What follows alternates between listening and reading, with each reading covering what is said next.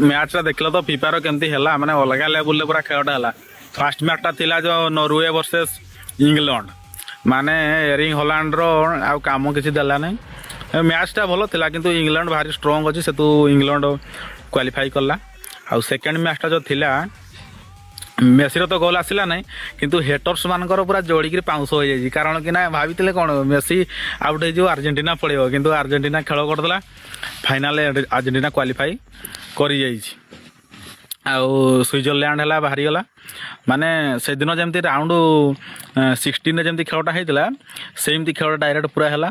मैं लास्ट जाकि गोल मारे फास्ट तो मार दी 10 मिनट गोटे किंतु लास्ट को मारे जाकि आज से जो मांटेज मारी ना कि से एरिन मार्टाज मारी नहीं कि मेसी भी मारी नहीं किंतु अलग पिला सब गोल मारी माने पूरा अलग लेवल खेल होती। आउ सेमीफाइनाल को 4टा टीम क्वालिफाई करगले।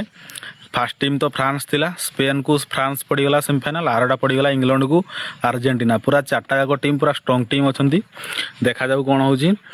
गोटे भल मैच देखा मिलवा को भावुँ देखा सेमीफाइनाल रे। मत तो लगुच फाइनाल मैच हम फ्रांस आउ अर्जेंटीना आउ आपण मान क्या कौन लगुच कहे फुटबॉल फैन आउ